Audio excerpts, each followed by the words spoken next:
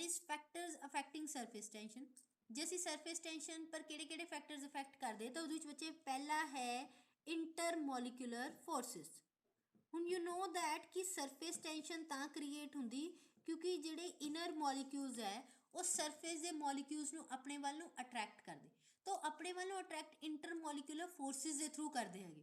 तो इट मीनस जिन्नी strong intermolecular forces होंगियां वो उन्ना ही स्ट्रोंगली ਜਿਹੜਾ सरफेस का पार्टिकल है ਉਹ बल्क ਵੱਲ ਨੂੰ ਜਾਂ ਸੈਂਟਰ ਵੱਲ ਨੂੰ ਅਟਰੈਕਟ ਹੋਏਗਾ ਤੇ ਉਹਦੀ ਸਰਫੇਸ ਟੈਂਸ਼ਨ ਉਨੀ ਹੀ ਜ਼ਿਆਦਾ ਹੋਏਗੀ। It mean stronger the intermolecular forces greater is the surface tension.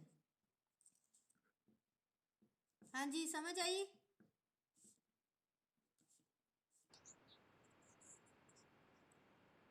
अच्छा जी देखो बच्चे सरफेस टेंशन असी क्या कंसिडर करते। Firstly you should know the concept of surface tension कि सरफेस टेंशन क्या है कि ਜਿਹੜੇ ਪਾਰਟੀਕਲ ਸਰਫੇਸ ਤੇ ਹੈ ਉਹਨਾਂ ਨੂੰ ਅੰਦਰ ਵਾਲੇ ਪਾਰਟੀਕਲ ਜਿਹੜੇ ਕਿ ਬਲਕ ਦੇ ਵਿੱਚ ਹੈ ਜਿਹੜਾ ਆ ਚੀਜ਼ ਹੁੰਦੀ ਨਾ ਜਿਹੜਾ ਅੰਦਰ ਹੈ ਅਸੀਂ ਇਹਨੂੰ ਬਲਕ ਕਹਿੰਦੇ ਜਿਹੜਾ ਬਲਕ ਦੇ ਵਿੱਚ ਹੈ ਉਹ ਬਲਕ ਵਾਲੇ ਪਾਰਟੀਕਲ ਸਰਫੇਸ ਵਾਲੇ ਪਾਰਟੀਕਲਸ ਨੂੰ ਆਪਣੇ ਵੱਲ ਨੂੰ ਅਟਰੈਕਟ ਕਰ ਰਹੇ। ਅਟਰੈਕਟ ਕਿਹੜੀ ਫੋਰਸ ਨਾਲ ਕਰੋਗੇ ਇੰਟਰਮੋਲਿਕੂਲਰ ਫੋਰਸਿਸ ਨਾਲ ਹੀ ਕਰੋਗੇ। क्लियर। जे इंटरमोलिकुलर फोर्सेस स्ट्रॉन्ग है तो ज्यादा अंदर अट्रैक्ट करोगे सरफेस टेंशन फिर ज्यादा ही होएगी।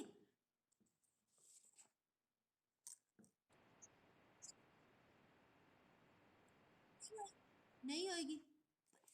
वैसे वैसे देखो इट इज़ नॉट पॉसिबल कि इंटरमोलिकुलर फोर्सेस कोई भी ना होवे। असी डिस्कस किया हुआ जिथे कोई फोर्स नहीं उसे लंडन फोर्सेस तो होंदियां ही है ना। बट द थिंग इज कि वो बहुत ज़्यादा वीक है तो वो इन्नी ज़्यादा सरफेस टेंशन क्रिएट नहीं कर सकते। हाँ हाँ जी क्लीयर है सारे नू।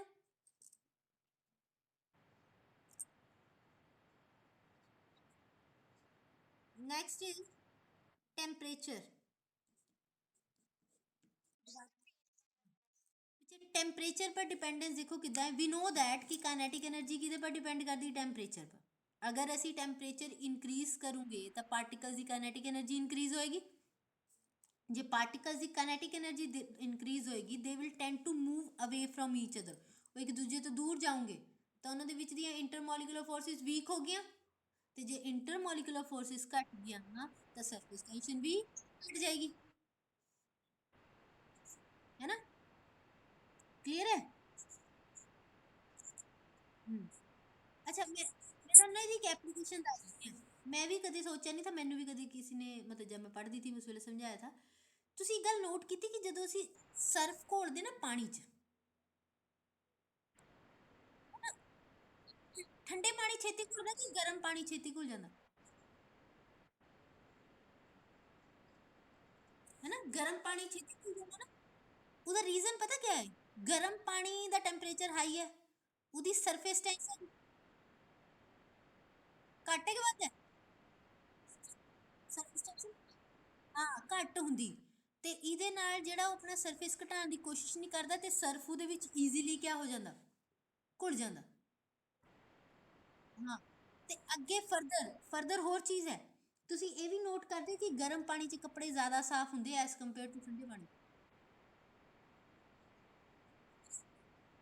ਜ਼ਿਆਦਾ ਗੰਦਾ ਕੱਪੜਾ ਹੋਵੇ ਨਾ ਤਾਂ ਕਹਿੰਦੇ ਗਰਮ ਪਾਣੀ 'ਚ ਸਰਫ ਪਾ ਕੇ ਫੇਰ ਕਰ ਲਓ ਕਿਉਂਕਿ ਉਹਨਾਂ ਦਾ ਕਿਆ ਹੋਏਗਾ ਗਰਮ ਪਾਣੀ ਜਦੋਂ ਤੁਸੀਂ ਕੀਤਾ ਸਰਫੇਸ ਟੈਂਸ਼ਨ ਘੱਟ ਹੈ ਤੇ ਜਿਹੜੀ ਡਸਟ ਹੈ ਨਾ ਉਹਨੂੰ ਵੀ ਪਾਣੀ ਚੰਗੀ ਤਰ੍ਹਾਂ ਕਵਰ ਕਰ ਸਕਦਾ ਨਹੀਂ ਤਾਂ ਪਾਣੀ ਨੇ ਇਕੱਠਾ ਹੀ ਰਹਿਣਾ ਹੈਗਾ ਆਪਣੀ ਸਰਫੇਸ ਟੈਂਸ਼ਨ ਵਧਾ ਕੇ ਏਰੀਆ ਘੱਟ ਰੱਖਣਾ। ਪਰ ਜੇ ਸਰਫੇਸ ਟੈਂਸ਼ਨ ਘਟ ਗਈ ਤਾਂ ਉਹਨੇ ਫੈਲ ਜਾਣਾ ਉਹਦਾ ਏਰੀਆ ਵੱਧ ਜਾਏਗਾ ਤੇ ਉਹ ਚੰਗੀ ਤਰ੍ਹਾਂ ਡਸਟ ਨੂੰ ਜਿਹੜਾ ਹੈ ਉਹ ਕਵਰ ਕਰ ਲੈਂਦਾ ਤੇ ਈਜ਼ੀਲੀ ਉਹਨੂੰ ਕੱਪੜੇ ਚੋਂ ਕੱਢ ਲੈਂਦਾ।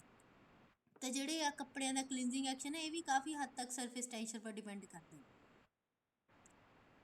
ਇਹ ਚੀਜ਼ਾਂ ਅਸੀਂ ਬੈਚਲਰ ਡਿਗਰੀ 'ਚ ਪੜ੍ਹਦੇ ਉੱਥੇ ਪੜ੍ਹੀ ਸੀ ਮੈਂ ਆਪਣੀ BSc ਵਿੱਚ ਪੜ੍ਹੀ ਸੀ ਫਿਜ਼ਿਕਸ ਦੀ ਬੁੱਕ ਦੇ ਵਿੱਚ ਸਰਫੇਸ ਟੈਂਸ਼ਨ ਬਾਰੇ ਠੀਕ ਹੈ।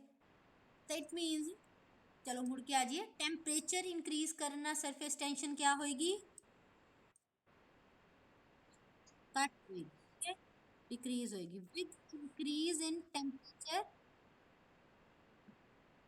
Surface tension decreases. हाँ हाँ जी, क्लियर है दोनों कॉन्सेप्ट। बेसिकली सरफेस टेंशन दो फैक्टर्स पर ही डिपेंड करती है, इंटरमॉलिक्यूलर एंड टेम्परेचर। ਜੇ ਪੰਜਾਬੀ 'ਚ ਅਸੀਂ ਗੱਲ ਕਰੀਏ ਤਾਂ ਵਿਸਕੋਸਿਟੀ ਮੀਨਸ ਗਾੜਾਪਨ। ਵੈਸੇ ਆਈ ਨੋ ਉਹਨੂੰ ਡੈਂਸਿਟੀ ਕਹਿੰਦੇ ਹੈਗੇ, ਪਰ ਵਿਸਕੋਸਿਟੀ ਵੀ ਥੋੜਾ ਕੁ ਉਹਦੇ ਨਾਲ ਹੀ ਲਿੰਕ ਕਰਦੀ। ਵਿਸਕੋਸਿਟੀ ਲਿਕੁਇਡ ਦੀ ਪ੍ਰੋਪਰਟੀ ਹੈ ਜਿਹਨੂੰ ਤੁਸੀਂ ਆਰਾਮ ਨਾਲ ਮਤਲਬ ਕਹਿ ਸਕਦੇ ਗਾੜਾਪਨ। ਇਹ ਫਲੋ ਪਰ ਡਿਪੈਂਡ ਕਰਦੀ ਕਿ ਜਦੋਂ ਕਿਸੇ, ਹਾਂ, ਲਿਕੁਇਡ ਦਾ ਜਿਹੜਾ ਮਤਲਬ ਜਿੱਦਾਂ ਹਨੀ ਹੈ, ਐਗਜ਼ਾਮਪਲ ਲੈਂਦੇ ਆ, ਪਾਣੀ ਹੈ ਤੇ ਮੇਰੇ ਕੋਲ ਹਨੀ ਹੈ, ਹਨੀ ਮੈਨੇ ਸ਼ਾਇਦ, ਕਿਹੜਾ ਜਲਦੀ ਫਲੋ ਕਰੇਗਾ? ਕਿਹੜਾ ਜਲਦੀ ਫਲੋ ਕਰੇਗਾ? ਹੈ ਨਾ, ਵਾਟਰ ਤੇ ਅਗਰ ਸਾਡੇ ਕੋਲ ਹਨੀ ਹੈ ਤਾਂ ਬੱਚੇ ਸਾਨੂੰ ਪਤਾ ਹੈ ਕਿ ਪਾਣੀ ਜਲਦੀ ਫਲੋ ਕਰੇਗਾ, ਹਨੀ ਹੌਲੀ ਹੌਲੀ ਫਲੋ ਕਰੇਗਾ। ਰੀਜ਼ਨ, ਹਨੀ ਦੀ ਵਿਸਕੋਸਿਟੀ ਜ਼ਿਆਦਾ, ਇਹ ਰੀਜ਼ਨ ਹੈ। ਠੀਕ ਹੈ, ਜਦੋਂ ਲਿਕੁਇਡਸ ਫਲੋ ਕਰਦੇ ਨਾ ਉਹ ਲੇਅਰਸ 'ਚ ਫਲੋ ਕਰਦੇ।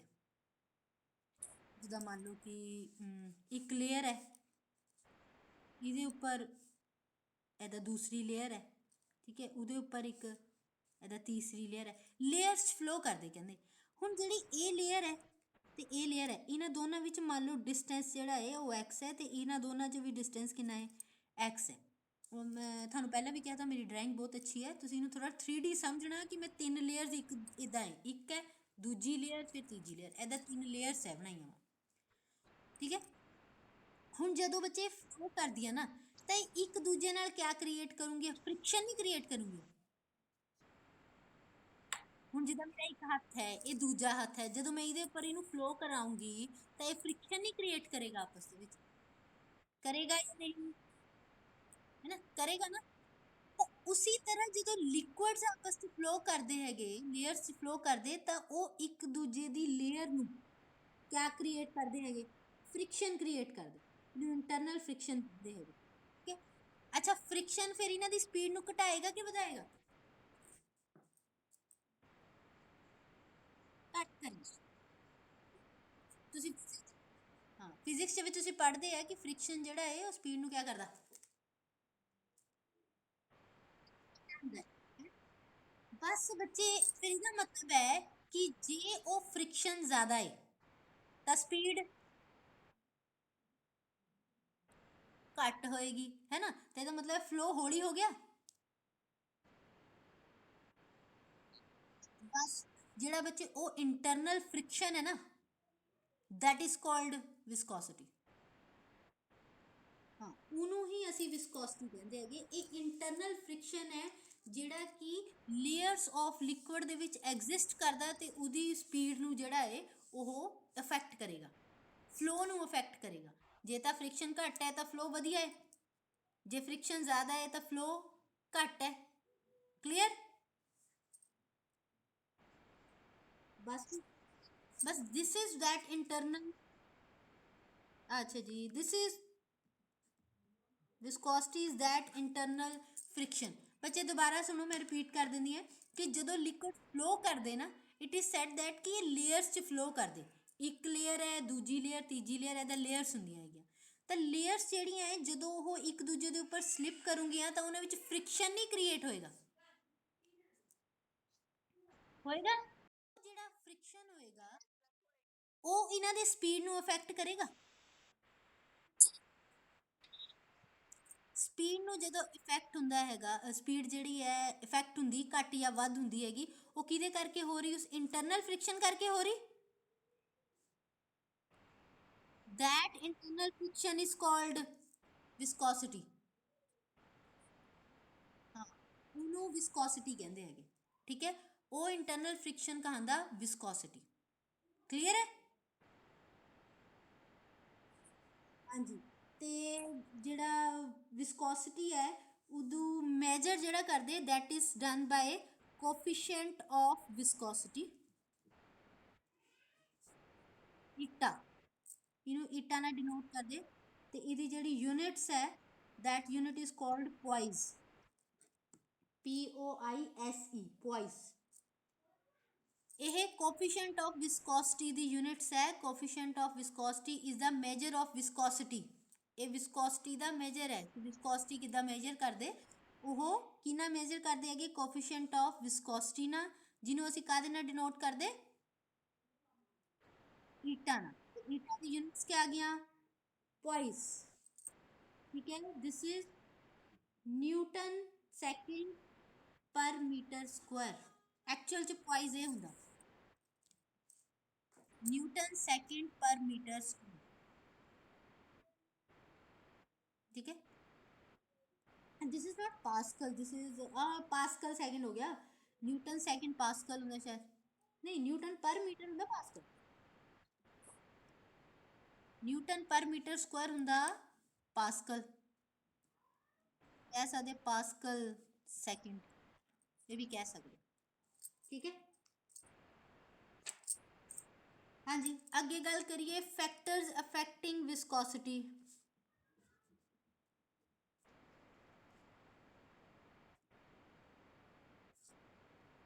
ठीक है, नंबर 1, हाँ जी नंबर 1 है इंटरमोलिकुलर फोर्सेस, फिर वही आ गए। हुण तुसीं सोचो बच्चे, अगर इंटरमोलिकुलर फोर्सेस ज़्यादा है तो it मीनस layers they which force of attraction ज़्यादा है, वो एक दूजे के ज़्यादा नज़दीक होंगियां, जे वो नज़दीक है तो उन्हें विच फ्रिक्शन ज़्यादा होगी, फिर विस्कोसिटी भी ठीक है। मैं दोबारा रिपीट कर रही हूं बच्चे, जिन्नी इंटरमोलिकुलर फोर्सेस ज़्यादा होने उन्नियां लेयर्स एक दूजे के ज़्यादा नज़दीक होने, जिन्नियां नज़दीक होनियां उन्हां विच फोर्स ऑफ अट्रैक्शन उन्नी ही ज़्यादा होनी हैगी, ठीक है। तो फोर्स ऑफ अट्रैक्शन जिन्नी ज़्यादा होएगी फ्रिक्शन उन्नी ही ज़्यादा होनी, तो इंटरनल फ्रिक्शन ही विस्कोसिटी है, सो इट मीन्स विस्कोसिटी भी ज़्यादा होनी। So it means greater the intermolecular forces greater is the viscosity,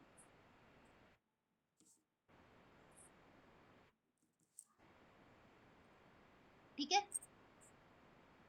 बच्चे। मैं कई बार ना तुसी बड़ी क्लास +2 क्लास पढ़ोगे, ਅਸੀਂ ਉੱਥੇ ਲਿਖਦੇ sulphuric acid is viscous in nature या इज विस्कस लिक्विड, तो ਇਹਦਾ मतलब क्या है? पंजाबी जैसे क्या कहूंगी कि सल्फ्यूरिक एसिड एक गाढ़ा लिक्विड है, वो गाढ़ा क्यों ਹੁੰਦਾ ਹੈਗਾ ड्यू टू हाइड्रोजन बॉन्डिंग, ਇਹਦੇ ਵਿੱਚ ਇੰਟਰਮੋਲੀਕੂਲਰ ਫੋਰਸਿਸ ਸਟਰੋਂਗ ਹੁੰਦੀਆਂ, ਜਿੱਥੇ ਹਾਈਡਰੋਜਨ ਬੌਂਡਿੰਗ ਵਗੈਰਾ ਹੁੰਦੀ ਹੈਗੀਆਂ, ਇਹ ਕਾਫੀ ਜ਼ਿਆਦਾ ਵਿਸਕੋਸਿਟੀ ਜਿਹੜੀ ਹੈ ਉਹ ਪੈਦਾ ਕਰ ਸਕਦੇ ਲਿਕੁਇਡਸ ਦੇ ਵਿੱਚ। ਤਾਂ sulphuric acid is viscous liquid due to hydrogen bonding. ਅਸੀਂ ਪੜ੍ਹਿਆ ਹੈ ਨਾ ਕਿ ਹਾਈਡਰੋਜਨ ਬੌਂਡਿੰਗ ਇੱਕ ਸਟਰੋਂਗ ਇੰਟਰਮੋਲੀਕੂਲਰ ਫੋਰਸਿਸ ਹੈ, ਤੇ ਇਹਦੇ ਕਰਕੇ ਜਿਹੜਾ ਹੈ ਇਹ ਜ਼ਿਆਦਾ ਵਿਸਕਸ ਹੁੰਦਾ ਹੈਗਾ ਲਿਕੁਇਡ।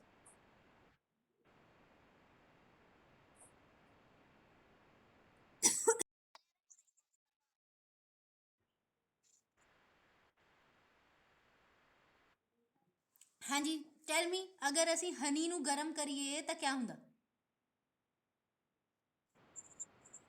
ਘਟ ਜਾਂਦੀ, ਉਹ ਪਤਲਾ ਨਹੀਂ ਹੋ ਜਾਂਦਾ, ਹੈਨਾ ਪਤਲਾ ਹੋ ਜਾਂਦਾ, ਉਹ ਜ਼ਿਆਦਾ ਫਲੋ ਕਰਨ ਲੱਗ ਪੈਂਦਾ ਉਹ, ਸੋ ਇਟ ਮੀਨਸ ਉਹਦੀ ਵਿਸਕੋਸਿਟੀ ਘਟ ਜਾਂਦੀ, यानी कि अगर असी टेम्परेचर इंक्रीज करिए तो विस्कोसिटी क्या हो जाएगी? डिक्रीज, ठीक है। सो घटेगी, viscosity is inversely proportional to temperature, ठीक है जी। सो इट मीनस ਜਿਹੜਾ ਵਿਸਕੋਸਿਟੀ ਹੈ ਉਹ ਟੈਂਪਰੇਚਰ ਪਰ ਡਿਪੈਂਡ ਕਰਦੀ ਹੈ, ਟੈਂਪਰੇਚਰ ਘਟਣ ਨਾਲ ਵਿਸਕੋਸਿਟੀ ਵਧੇਗੀ, ਟੈਂਪਰੇਚਰ ਵਧਣ ਨਾਲ ਵਿਸਕੋਸਿਟੀ ਘਟੇਗੀ, ਕਲੀਅਰ।